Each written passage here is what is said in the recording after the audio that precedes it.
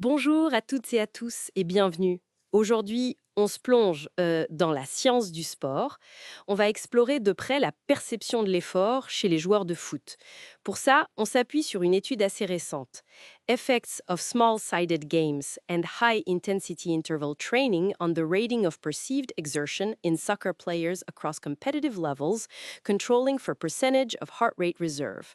Elle est signée Wei-Qiang Xu et ses collaborateurs, paru dans le Journal of Sports Science in Medicine en 2025. Notre objectif, c'est de comprendre comment le ressenti des joueurs varie entre différents exercices. Par exemple, les jeux réduits, les fameux SSG, par rapport à l'entraînement fractionné à haute intensité, le IIIT. Et le point clé, c'est qu'on regarde ça même quand leur charge cardiaque, mesurée par le pourcentage de fréquence de cardiaque de réserve, est similaire.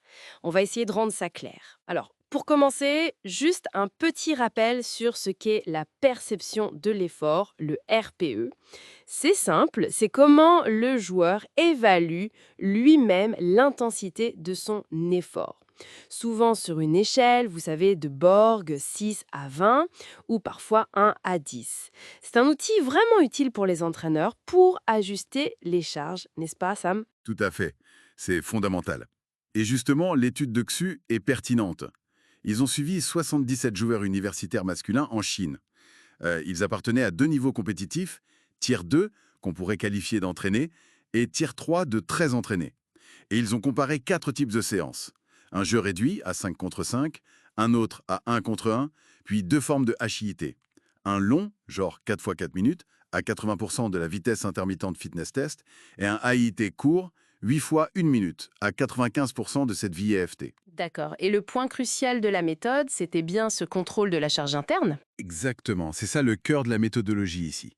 Ils ont utilisé le pourcentage de la fréquence cardiaque de réserve, la pourcent FC réserve, pour s'assurer que l'effort cardiovasculaire relatif était comparable entre les formats et les joueurs. Ça, c'est essentiel si on veut isoler l'effet propre du type d'exercice sur la perception. Vous voyez, indépendamment de la condition physique de chacun. Très clair. Alors, quels sont les grands résultats? Qu'est-ce qui ressort? Mais premièrement, et ça c'est assez net, le format d'entraînement influence beaucoup le RPE. Les jeux en 5 contre 5 sont perçus comme moins durs que le 1 contre 1 ou que des séances de IIT. Et ça, c'était vrai pour les deux groupes de joueurs. Ça semble assez logique intuitivement. Peut-être plus d'espace en 5 contre 5, moins de duels directs intenses que dans un 1 contre 1 ou un IIT très poussé. C'est une bonne hypothèse, oui. Mais là où ça devient vraiment plus subtil et intéressant, c'est quand on regarde l'interaction entre le format et le niveau des joueurs. Ah, voilà. L'interaction. Qu'est-ce qu'elle nous dit exactement? Alors, ce qui est assez fascinant, c'est que globalement, il n'y a pas une énorme différence de RPE moyen entre les joueurs Tier 2 et Tier 3 sur l'ensemble des formats.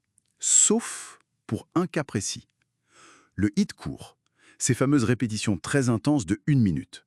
Là, les joueurs Tier 3, donc les plus entraînés, rappelez-vous, ont rapporté un RPE significativement plus élevé que les joueurs Tier 2. Attendez.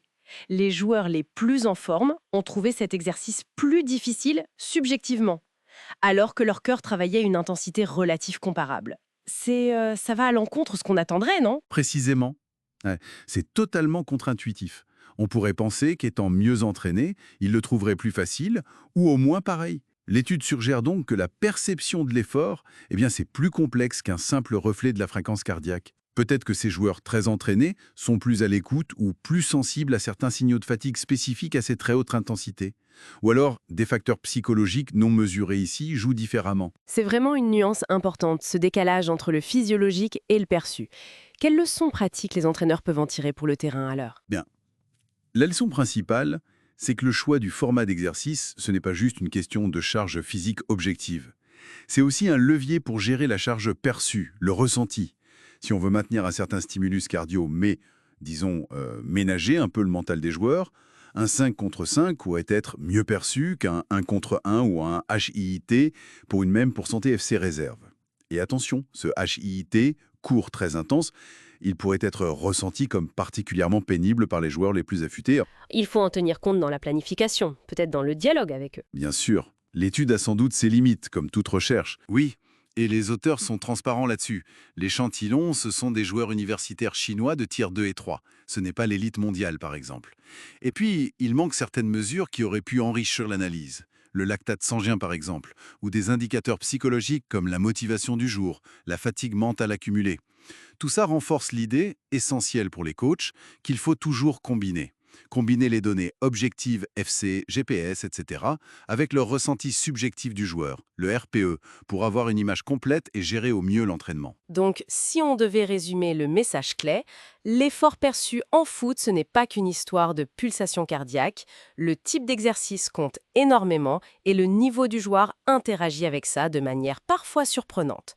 Le 5 contre 5 semble plus facile à percevoir, tandis que le hit court a été jugé plus dur par le groupe le plus entraîné. Exactement. Et pour ouvrir un peu la réflexion pour finir, on sait que le RPE est sensible aux facteurs psychologiques. Alors, on peut se demander comment des éléments comme le moral de l'équipe après une défaite ou l'anxiété avant un match important pourraient moduler ces perceptions, même si l'exercice et la charge physio sont identiques. C'est une piste intéressante pour affiner encore plus la personnalisation, vous voyez? Très bonne question pour réfléchir. Pour celles et ceux qui voudraient creuser tous les détails méthodologiques et les résultats précis, on vous encourage vivement à lire l'article original de Weiqiang Su et ses collègues. Il est paru, je le rappelle, en 2025 dans le Journal of Sports Science and Medicine. Voilà pour notre exploration du jour.